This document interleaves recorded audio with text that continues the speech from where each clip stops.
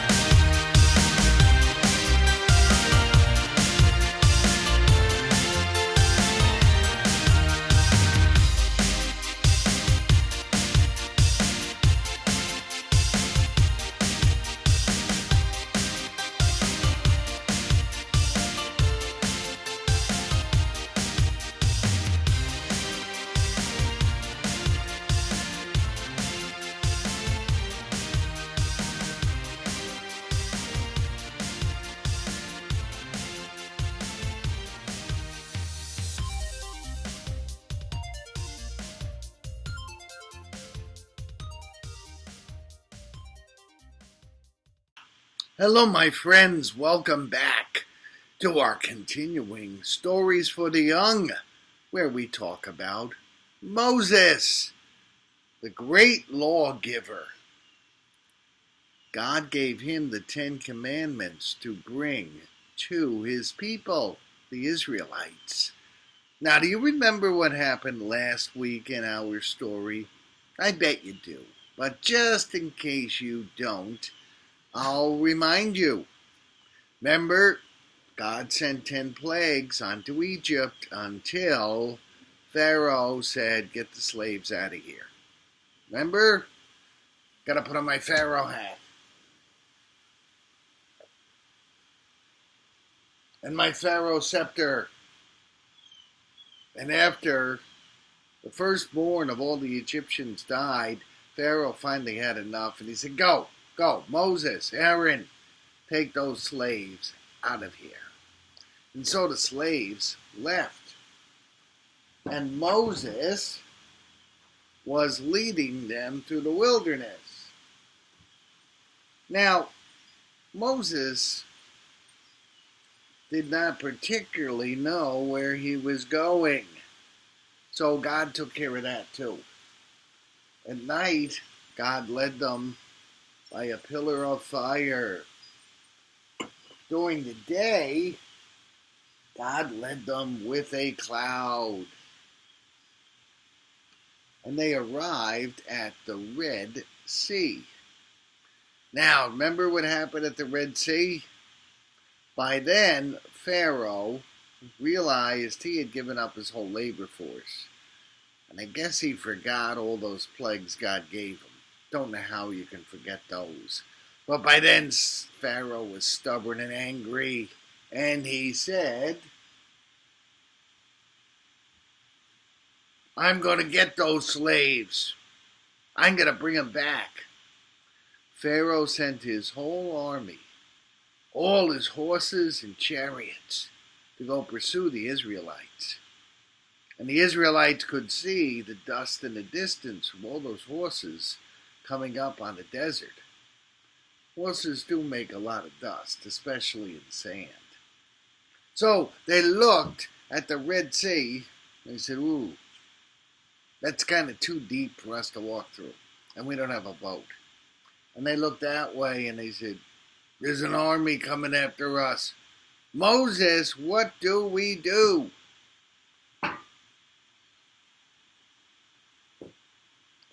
So, Moses,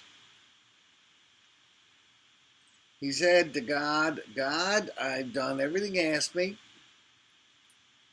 God, I've got your people out. And things aren't looking too good, to be honest with you, God. we're trapped. We got a sea over here, and we got this big army with all these chariots on that side. I don't want to get you mad, but what do we do? I mean, that's a good question after all. And first thing God did was he sent darkness over the Egyptian army so they couldn't see where they were going. Watch this. Remember the darkness? See what you see now? Well, that's what all the chariots and horses could see. So they weren't going too fast anywhere. And then God said, Moses, pick up your staff. You're going to hold it high. I am going to part the sea. Now, I don't know how God did that one. I have no idea. Sometimes God uses nature in God's miracles. Other times God does not. There's some people who say that maybe there was an earthquake under the ocean at that time. You've heard of a tsunami? Where the water recedes out, but then comes walking back in there? Maybe, except the Bible tells us that God parted the sea so that there was a wall of water on both sides. And I don't know how an earthquake could possibly do that, but maybe. I really don't know. I'll show you what I mean by parting waters. Here, I'm going to turn my computer here so you can see this demonstration. See, here is my roasting pan filled with water. And Moses lifted up his staff and the water receded. Moses and all the Israelites walked across dry land. And then, remember that darkness that Pharaoh had in front of his army?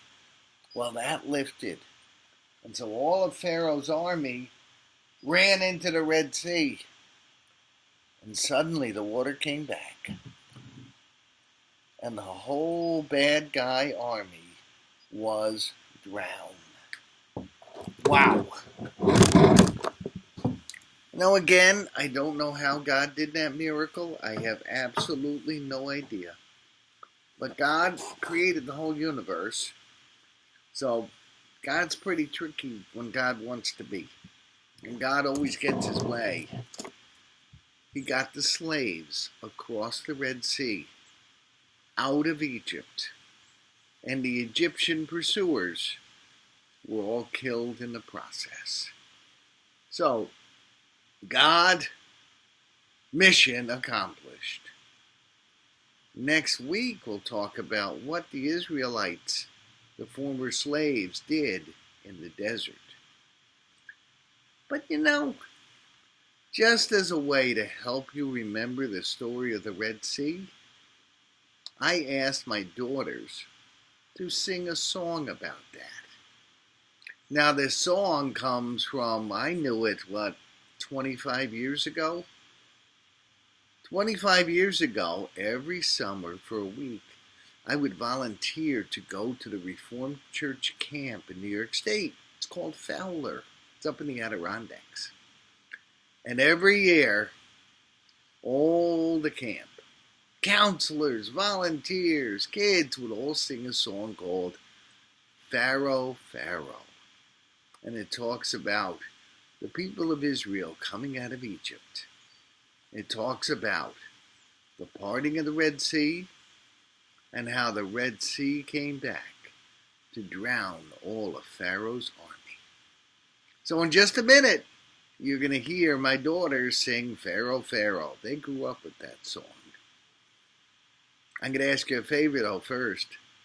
If you like these stories, would you please like, comment, and share these stories on Facebook? I'd appreciate it if you would.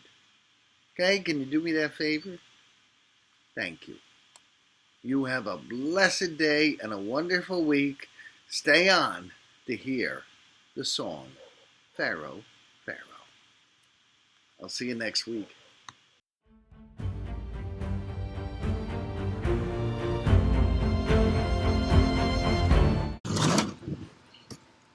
Pharaoh, Pharaoh, oh baby, let my people go. Oh, yeah. I said, Pharaoh, Pharaoh, oh baby, let my people go. Oh, yeah. Well, a burning bush told me just the other day that I should come over here and say, I gotta get my people out of Pharaoh's land and lead them on to the promised land. I said, Pharaoh, Pharaoh, oh baby, let my people go. Oh, yeah. I said, Pharaoh, Pharaoh, oh baby, let my people go. Oh, yeah. Well, all of God's people came to the Red Sea with Pharaoh's army coming after me. I raised my rod and I stuck it in the sand, and all of God's people walked across dry land. I said, Pharaoh, Pharaoh, oh baby, let my people go. Oh, yeah. I said, Pharaoh, Pharaoh, oh baby, let my people go. Oh, yeah. Well, all of Pharaoh's army was coming too. So what do you think that I did do? I raised my rod and I cleared my throat. And all of Pharaoh's army did the damn dance slow. I said, Pharaoh, Pharaoh, oh baby, let my people go. Oh, yeah. I said, Pharaoh, Pharaoh, oh baby, let my people go. Oh, yeah.